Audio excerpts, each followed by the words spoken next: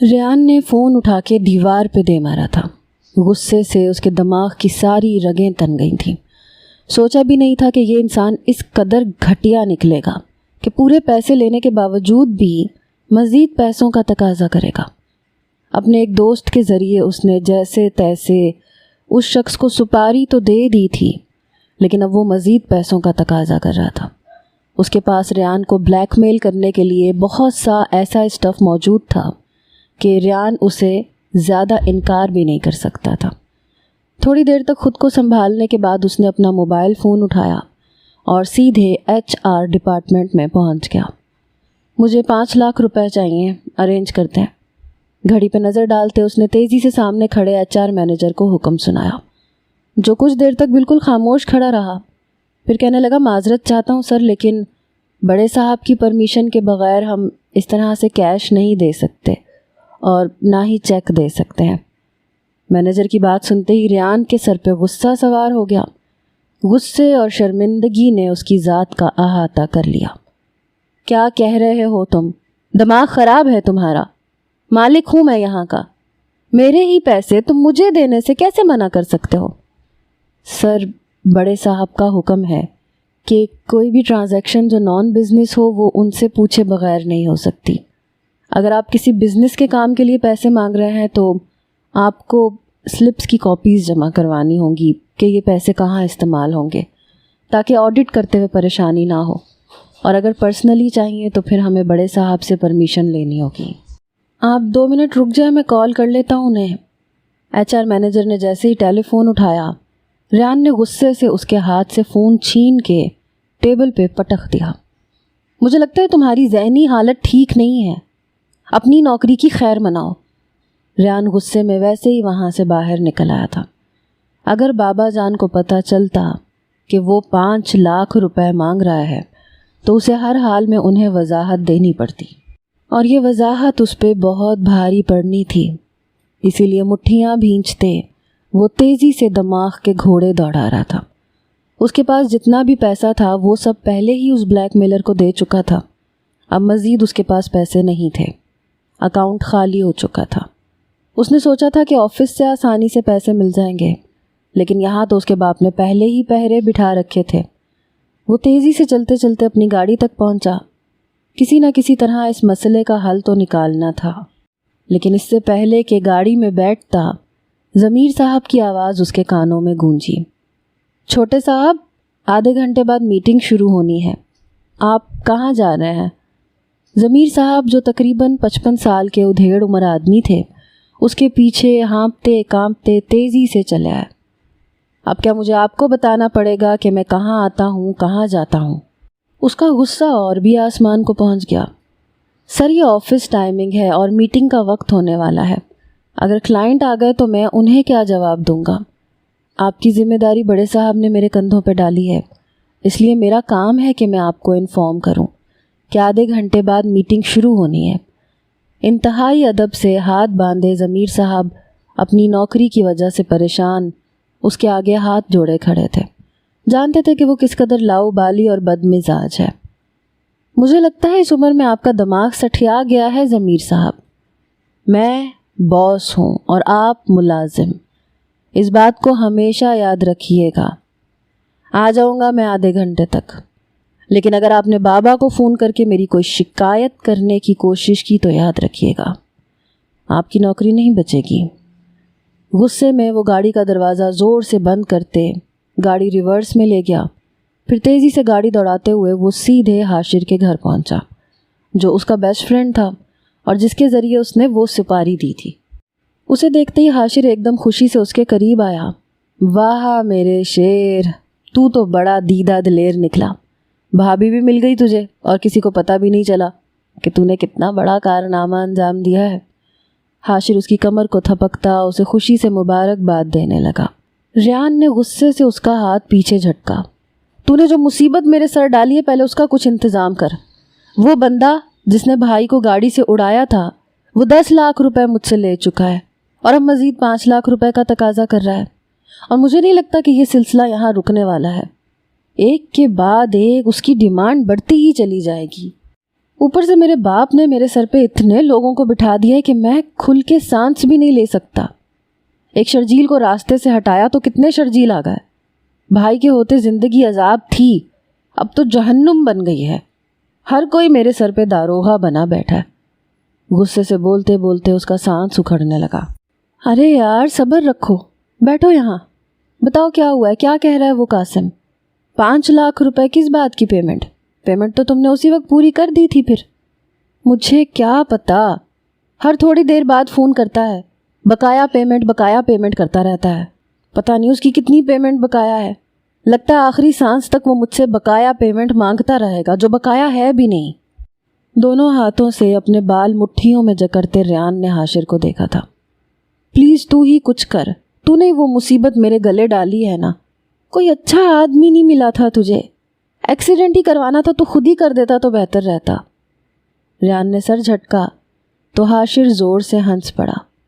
یہ بات بھی ٹھیک کہی، 10 لاکھ روپے بیٹھے بٹھائے مجھے ہی مل جاتے، لیکن قتل بھی تو ہوا ہے نا، مجھ میں اتنی ہمت نہیں کہ جیتے جاگتے آدمی کو مار دوں۔ یہ تو تیرے میں ہی دم خم ہے جو تو نے ایسی دشمنی نکالی ہے، آخر کو مرد ہے تو۔ حاشر نے اسے فوراً آسمان پہ چڑھایا اور اس کی بات سنتے ہی اس کے چہرے پہ مسکراہٹ آ گئی۔ آنزا کو پانے کے لیے میں کسی بھی حد تک جا سکتا تھا۔ ہمیشہ سے جو چیز مجھے پسند آئی وہ ماں باپ نے پہلے بھائی کو دے دی، چاہے وہ کپڑے ہوتے یا کھلونے، جس چیز پہ میں ہاتھ رکھتا وہ انہیں مل جاتی۔ جب آنزا سے مجھے محبت ہوئی تب مجھے پہلے ہی ماما نے بھائی کے لیے اس رشتے کا کہہ دیا تھا، اور میرے لیے رہ گئی تھی وہ شرمین، چڑیل۔ نفرت ہے مجھے شرمین اور اس کی ماں سے۔ ساری زندگی ماما بابا کی نظروں میں تارا بنا رہا بھائی، اور میں کچرے کا ڈھیر نظر آتا رہا انہیں۔ بھائی کی خوبیاں اتنی تھی کہ میری کوئی خوبی نظر ہی نہ آ سکی۔ اب بھی دیکھ لو کتنے پہرے دار مجھ پہ بٹھا رکھے ہیں، سب جانتا ہوں میں، گود لیا تھا نا مجھے، سگا بیٹا نہیں ہوں نا میں ان کا، اس لیے میرے ماں باپ اگر ایکسیڈنٹ میں نہ مرتے تو آج میری بھی اچھی زندگی ہوتی۔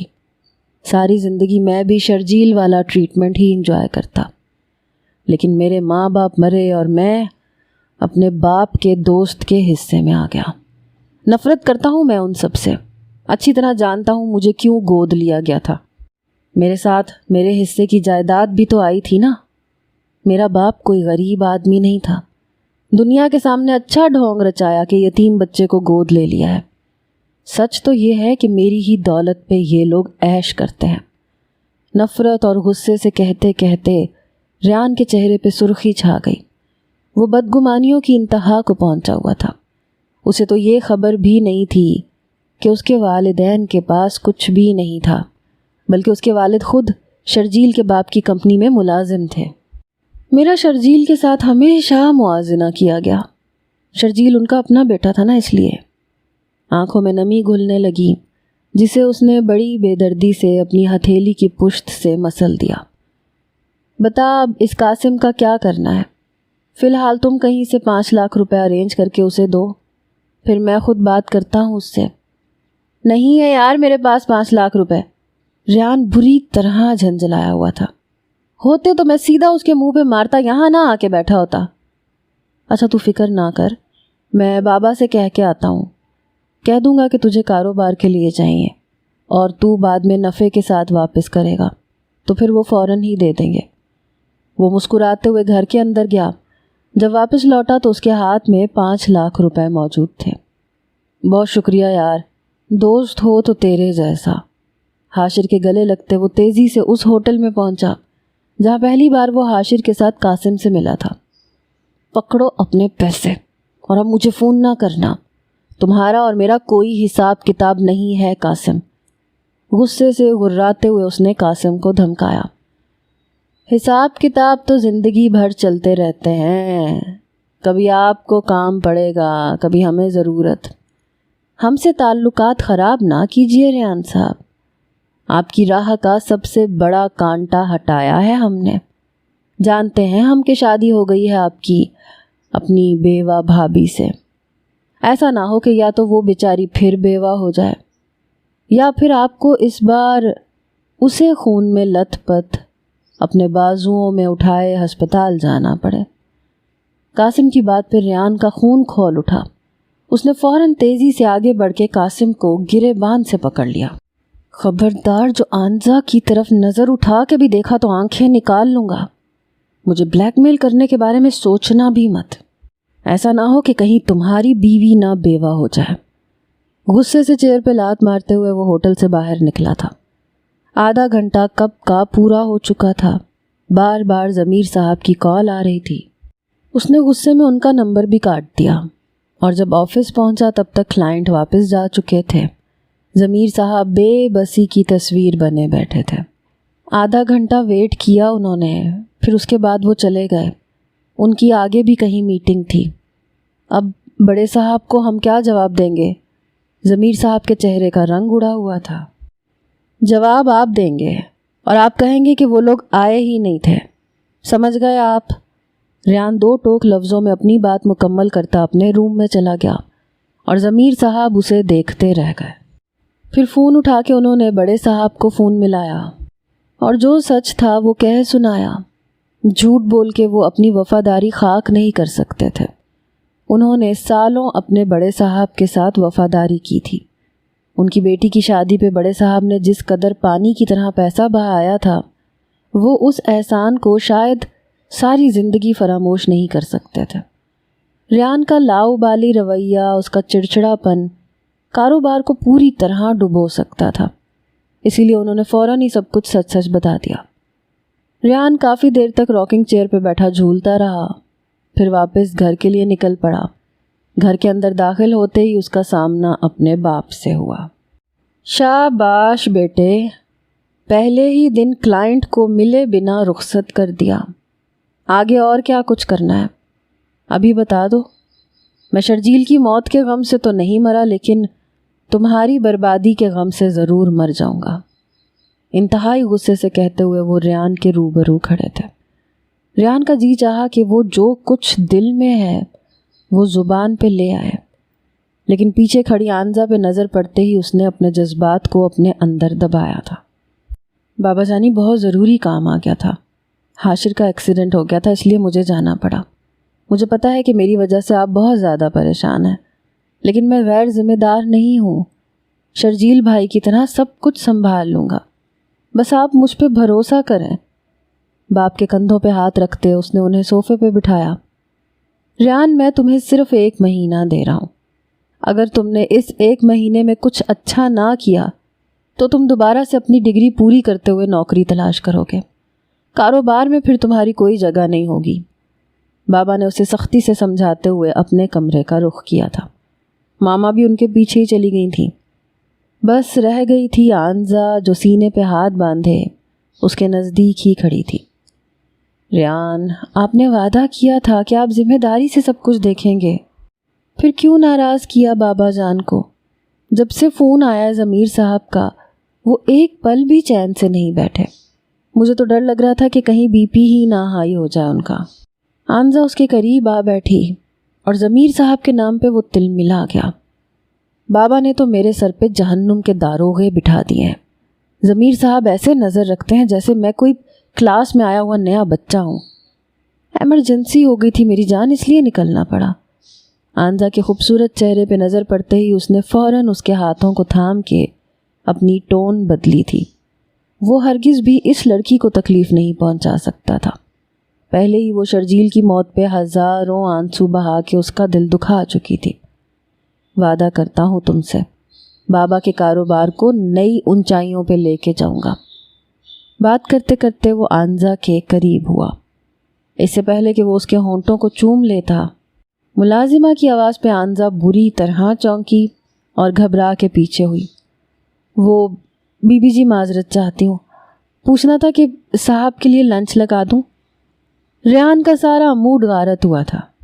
نہیں، بھوکا مرنا ہے مجھے، جائیں آپ یہاں سے، تڑپ کے کہتے وہ آنزا کا ہاتھ پکڑ کے اسے کمرے میں لے آیا اور کمرے کا دروازہ لاک کر دیا۔ کیا کر رہے ہیں ریان؟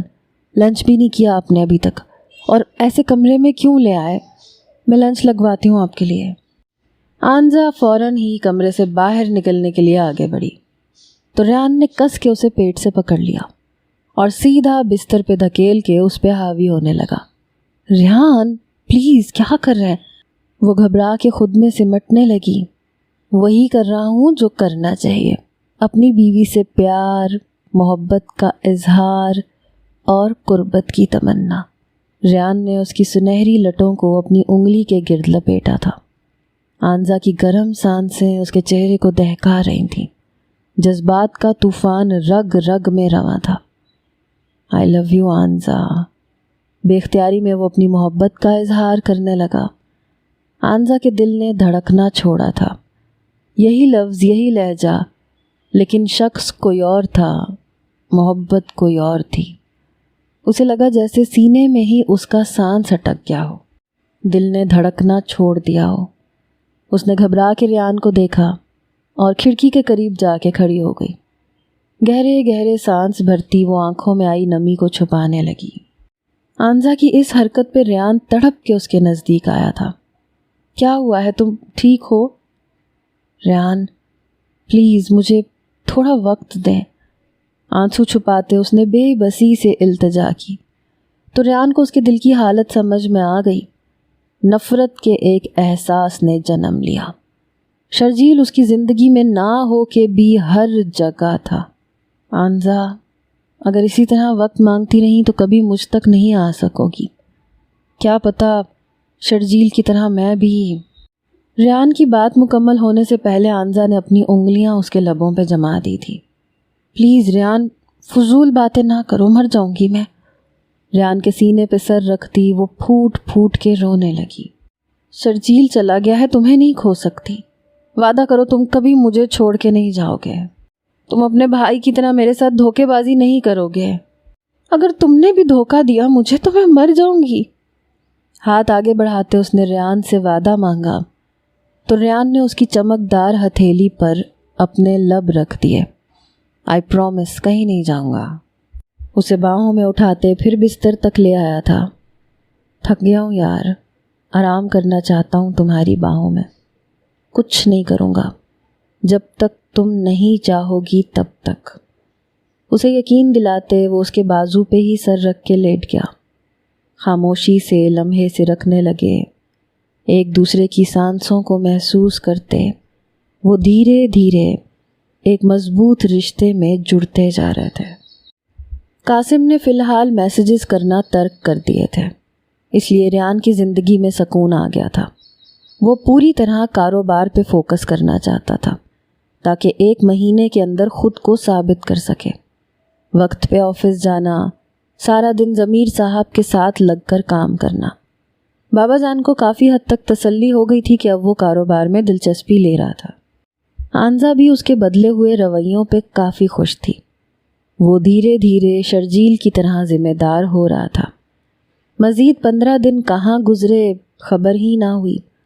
کسی پروجیکٹ کو لے کے وہ دن رات محنت کر رہا تھا، اسی لیے ابھی بھی اس کی آنکھ صبح نہیں کھلی۔ اٹھو نا پلیز، دیر ہو رہی ہے، بابا جان انتظار کر رہے ہیں ناشتے پہ۔ آنزا نے محبت سے اسے اٹھانے کی کوشش کی، لیکن اس نے اٹھنے کے بجائے آنزا کو ہی اپنے اوپر کھینچ لیا۔ گیلی لٹوں نے اس کے چہرے کو بھگویا تو اس کے لبوں پہ مسکراہٹ دوڑ گئی۔ اس نے آہستگی سے اپنی آنکھوں کو کھولا تو اس چہرے کا دیدار ہوا جس کی ایک جھلک کے لیے وہ تڑپا کرتا تھا۔ دوبارہ سے بستر میں آ جاؤ یار، بہت تھکن ہو رہی ہے، میری تھکن تو اتارو۔ اس نے آنزا کو بھی زبردستی کھینچ کے بلینکٹ کے اندر کیا۔ میں ابھی شاور لے کے آئی ہوں، پلیز اب پھر پریشان نہ کریں آپ۔ ناشتے کے لیے انتظار ہو رہا ہے ہمارا، اٹھ جائے نا۔ ریان کے چہرے پہ ہاتھ پھیرتے وہ مسکراتے ہوئے اس کی محبت کو محسوس کر رہی تھی۔ گردن اس کی جانب موڑتے ریان نے اس کے چہرے کو دیکھا جہاں ایک خوبصورت مسکراہٹ ٹھہری ہوئی تھی۔ اچھی لگتی ہو مسکراتی ہوئی۔ اس کے گیلے بالوں سے اپنے چہرے کو تر کرنے لگا۔ تمہاری خوشبو نے میری زندگی کو مہکا دیا ہے، کاش تم ہمیشہ سے ہی میرے نام پہ ہوتی، تمہارے دل میں کسی اور کے لیے محبت ہی نہ ہوتی۔ بے اختیار ہی اس کے لبوں سے ایسی بات نکلی کہ آنزا کے چہرے کی رنگت بدلی۔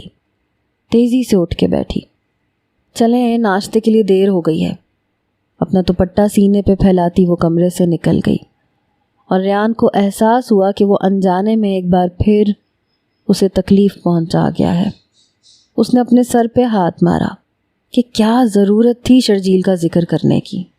خود کو کوستے ہوئے وہ اٹھ کے تیار ہونے لگا، گلے میں ٹائی ڈالی تو شیشے میں خود کو بے بسی سے تکنے لگا۔ یہ ٹائی باندھنا اس کے لیے دنیا کا سب سے مشکل کام تھا۔ اسی لمحے آنزا واپس کسی کام سے کمرے میں آئی، اسے ٹائی کے ساتھ الجھتا دیکھ کے مسکراتے ہوئے نزدیک آ گئی۔ کب سیکھو گے ٹائی باندھنا؟ میں نہ ہوئی تو کیا کرو گے؟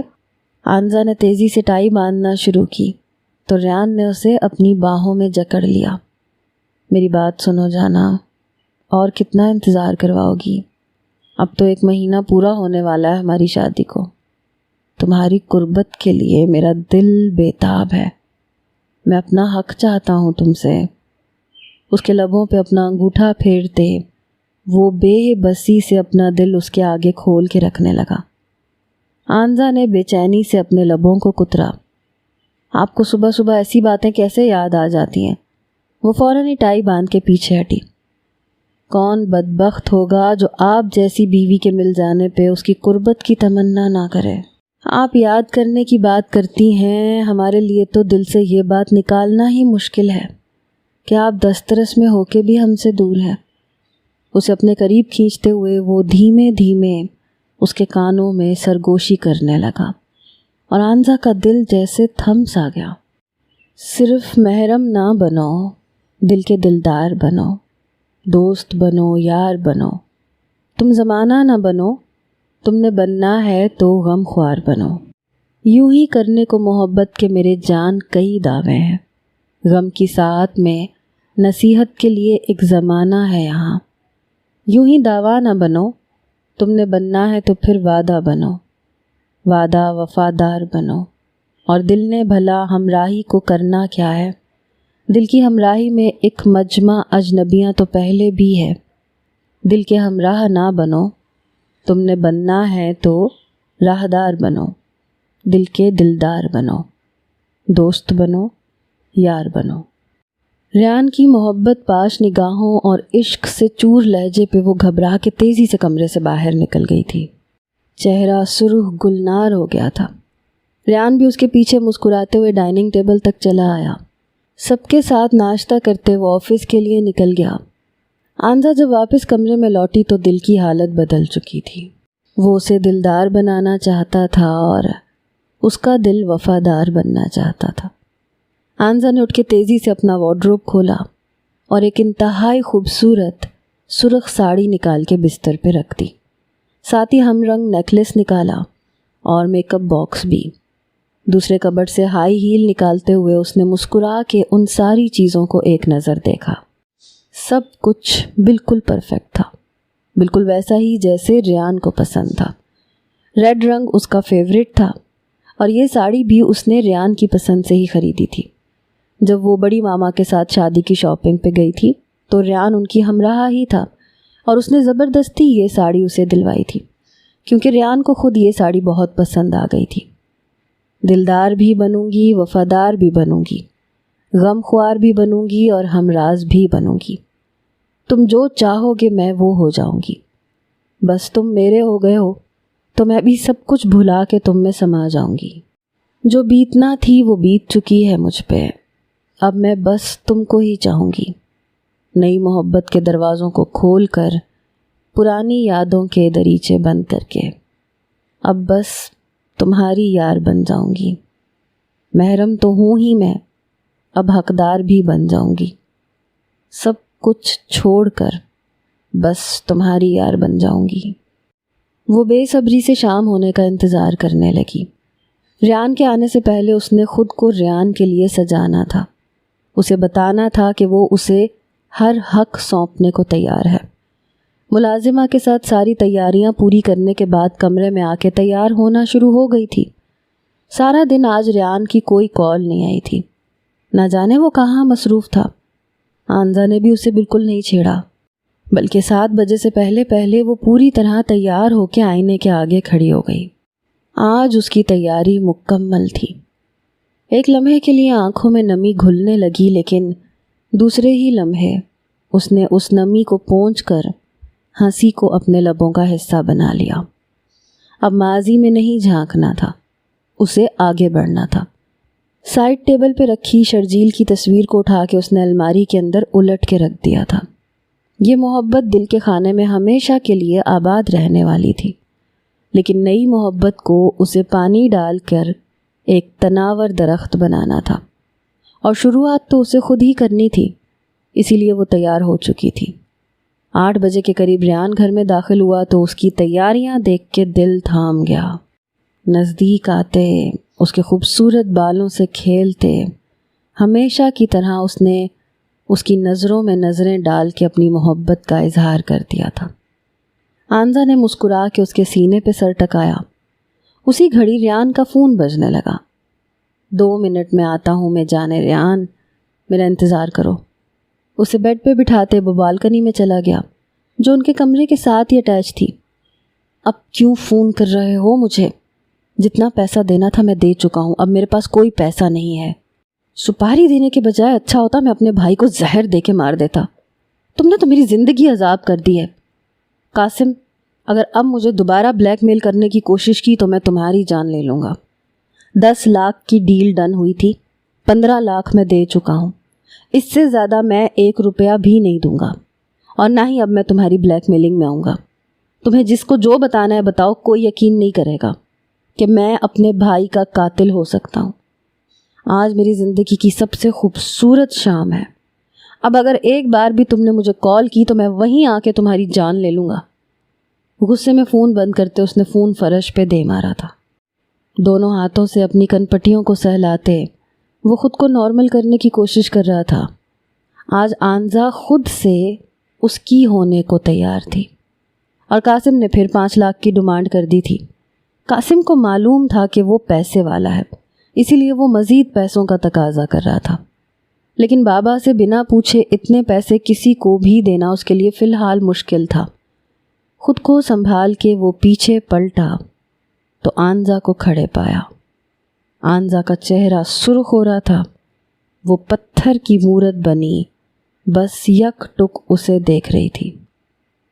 15 لاکھ روپے دیے ہیں شرجیل کو مارنے کے لیے۔ تم نے قتل کروایا اس کا؟ کیوں ریان؟ سپاٹ لہجے میں کہتی وہ ریان کو اندر تک ہلا گئی۔ غلط فہمی ہو رہی ہے تمہیں، چلو میرے ساتھ، میں بتاتا ہوں تمہیں، سب کچھ بتاتا ہوں۔ نو ڈونٹ ٹچ می، سب کچھ خود سنا ہے میں نے۔ پہلے بھی ایک بار تمہیں بات کرتے سنا تھا، لیکن اس وقت سمجھ نہیں پائی تھی کہ تم کیا بات کر رہے ہو، لیکن آج ہر بات کلیئر ہو گئی ہے۔ کیسے کر سکتے ہو تم ایسا؟ بھائی تھا وہ تمہارا، جان چھڑکتا تھا تم پہ، کیسے جان لے لی تم نے اس کی؟ آنزا بات سنو میری۔ نہیں سننا مجھے کچھ۔ وہ دیوانی ہو کے پیچھے کی طرف ہٹتے کمرے سے باہر کی جانب دوڑنے لگی۔ آنکھوں سے بہتے آنسو اس کے چہرے سے ہوتے ہوئے گردن تک کو بھگو رہے تھے۔ آنکھوں کے آگے گہرا اندھیرا چھا رہا تھا۔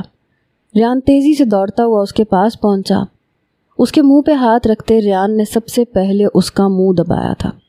وہ تڑپ کے خود کو چھڑوانے کی کوشش کرنے لگی۔ خبردار جو یہ بات کسی کو بتائی آنزا، میں نے جو کچھ کیا ہے تمہاری محبت میں کیا ہے، تمہیں پانے کے لیے۔ بھائی نے ہمیشہ ہر وہ چیز حاصل کی جو میری تھی۔ جو میں پسند کرتا وہ بھائی کو مل جاتا تھا۔ میں ماما کو بتا بھی نہ پاتا اور بھائی وہ چیز مانگ کے لے بھی جاتا۔ تمہاری باری میں بھی ایسا ہی ہوا تھا آنزا، میں تڑپتا رہ گیا اور تم بھائی کی ہو گئی۔ تم نے بھی ان کی محبت کو قبول کر لیا، اور ویسے بھی وہ کون سا میرا سگا بھائی تھا؟ گود لیا ہوا ہے بابا نے مجھے، جانتی ہو نا تم، یہ بات سب جانتے ہیں۔ اس کے منہ پہ مزید اپنے ہاتھ کا دباؤ بڑھاتے وہ اس کے دونوں ہاتھوں کو بھی اپنے ایک ہاتھ سے جکڑ چکا تھا۔ آنزا بن پانی کی مچھلی کی طرح تڑپ رہی تھی، آنکھوں سے آنسو بہہ رہے تھے، لیکن ریان نے اسے نہیں چھوڑا۔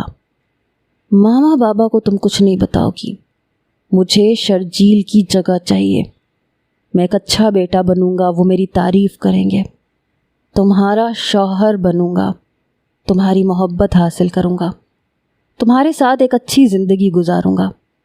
تمہارے بغیر نہیں جی سکتا تھا یار میں، سمجھنے کی کوشش کرو، سب کچھ تمہارے لیے کیا ہے، اب تم میری ہو گئی ہو نا، اب سب کچھ ٹھیک ہو جائے گا، سن رہی ہو؟ وہ ایک ساتھ کہتا ہی چلا گیا۔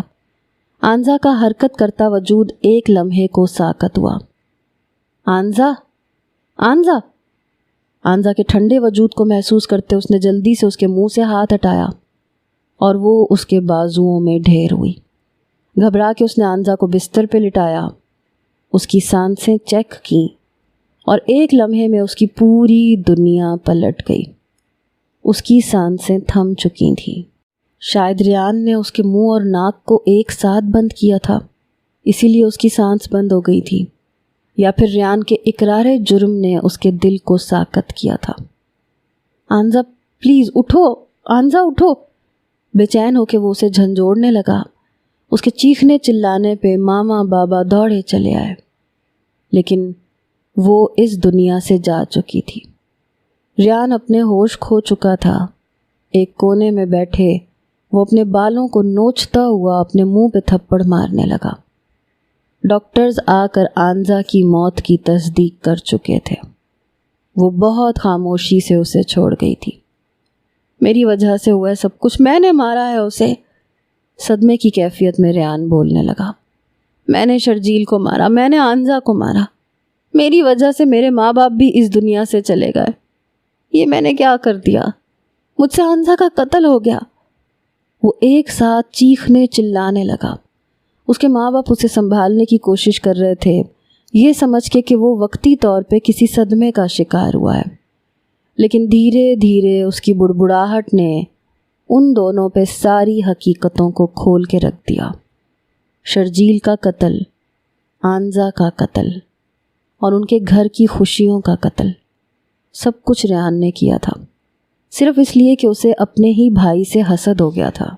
ریان پلیز چپ ہو جاؤ، سارا خاندان جمع ہو رہا ہے، اس وقت نہیں۔ ماما نے اسے چپ کروا کے ایک کونے میں بٹھا دیا تھا۔ کسی کو اس سے ملنے کی اجازت نہیں تھی، لیکن وہ جس ذہنی حالت سے گزر رہا تھا اس کے بعد اس کا صحیح ہونا ناممکن تھا۔ آنزا کے ماں باپ کی سسکیاں اور خاندان والوں کی آہوں کے درمیان اس کو سپرد خاک کر دیا گیا۔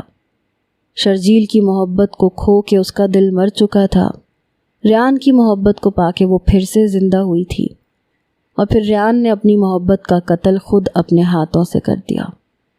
ریان کو کمرے میں قید ہوئے یہ چوتھا روز تھا۔ وہ کبھی اپنے منہ پہ تھپڑ مارتا، کبھی اپنے بال نوچتا، کبھی چیزیں اٹھا اٹھا کے پھینکنے لگتا۔ آنزا کو پانے کے لیے جو کچھ اس نے کیا تھا وہ اب اس کے اعصاب پہ سوار ہو چکا تھا۔ کبھی کبھی وہ شرجیل کو پکار کے رونے لگتا۔ سائیکیٹرسٹ کو بلایا گیا۔ سائیکیٹرسٹ نے اس کی ذہنی حالت کو دیکھتے ہوئے اس کے واپس ٹھیک ہونے کو ناممکن قرار دیا۔ شاید کہ زندگی کے کسی حصے میں وہ سنبھل جاتا، لیکن فی الحال یہ ممکن نہیں تھا۔ وہ ایک انتہائی ذہنی اذیت سے دوچار تھا۔ آنزا کو اس نے اپنے ہاتھوں سے مارا تھا اور یہ گلٹ ساری زندگی اس کے ساتھ رہنے والا تھا۔ ریان کے ماما بابا نے کسی کو یہ نہیں بتایا کہ یہ سب کیسے اور کیوں ہوا ہے۔ ساری حقیقت جاننے کے باوجود بھی ماما نے اسے دھیرے سے سینے سے لگایا تھا، اسے اپنی اولاد کی طرح پالا تھا، تو کیسے اس مشکل وقت پہ وہ چھوڑ سکتی تھی؟ شرجیل کی موت کا غم اپنی جگہ تھا، لیکن ریان کی حالت بھی ان کے دل کو جھنجھوڑ رہی تھی۔ ان کا پورا گھرانہ تباہ ہو چکا تھا، صرف اور صرف حسد کی وجہ سے۔ نہ جانے زندگی میں کبھی ریان دوبارہ ٹھیک ہوگا بھی یا نہیں۔ آنزا کے والدین اس کی جوان موت کے بعد کبھی سنبھل سکیں گے بھی یا نہیں، لیکن شرجیل کے ماں باپ نے اپنا ظرف بلند کر کے ریان کو آج بھی اپنے گھر میں جگہ دے رکھی ہے۔ کبھی کبھی حسد پورے گھر کو تباہ کر دیتا ہے، اس لیے انسان کو بہت احتیاط برتنی چاہیے۔ ریان کے دل میں پیدا ہونے والے جذبات ایک دن میں نہیں بلکہ کئی سالوں میں پنپ کر تناور درخت بنے تھے۔ اگر صحیح وقت پہ کوئی اس کے چہرے کو پڑھ لیتا، اس کے جذبات کو سمجھ لیتا، تو شاید یہ گھرانہ ایسے تباہ نہ ہوتا۔ 2 سال بعد ریان کے ماں باپ اسے لے کے آنزا کی قبر پہ آئے تھے اور وہ بچوں کی طرح آنزا کی قبر کی مٹی سے لپٹ کے رو رہا تھا، اپنے چہرے کو گرد آلود کر رہا تھا، اور شاید یہی اس کے لیے زندگی بھر کی سزا تھی۔ آپ کو کیا لگتا ہے، کیا ریان کے لیے اتنی سزا کافی ہے یا پھر اسے جیل کی سلاخوں کے پیچھے ہونا چاہیے تھا؟